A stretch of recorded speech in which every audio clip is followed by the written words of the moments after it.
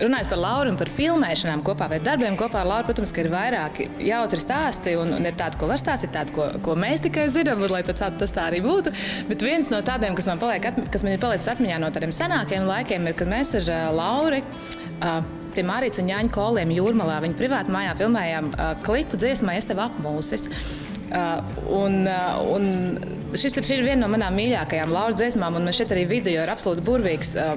Īpaši ņemot vērā, cik vienkārši un viegli mēs viņu filmējām un kāda bija šī tehniskā puse un tas viss pārējais.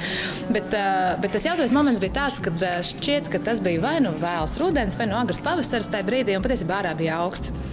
Un mēs ar operatoru Uvu Burjānu izdomājām, ka mums noteikti vajadzētu kadru, kur ir Lauris un baseins vienā kadrā. Un Lauris, protams, teica, es noteikti līdīšu tajā baseinā, un tad es tur sēdēšu un dziedāšu, un mēs tā kā, nezinu. Un kamēr mēs to spriedām, vai tas ir forši, vai tas tā kā nav forši, Lauris, protams, ielīd tajā baseinā. Negribās melot, bet šķiet, ka tur bija plus 2 grādiem, varbūt tas baseins ārā, varbūt kāds grāds vairāk.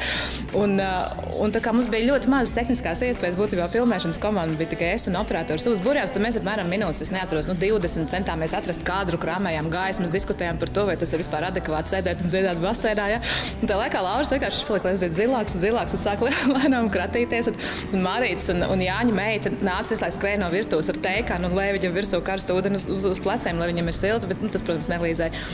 Bet patiesībā šis jautājums par to, vai ir jādzied baseinā, atrisinājās pats no sevis, jo pēc tām 20 minūtēm viņš jau bija tik zils, ka viņš vairs to pat nevarēja filmēt. Es teicu, Lauri, lūdzu, kāp ārā. Un tur ir tie klipā ir kadrs, kur viņš ir pie baseina. Jau mazliet sasildījies, bet diemžēl tas baseina kadrs ir tikai vēsturē palicis.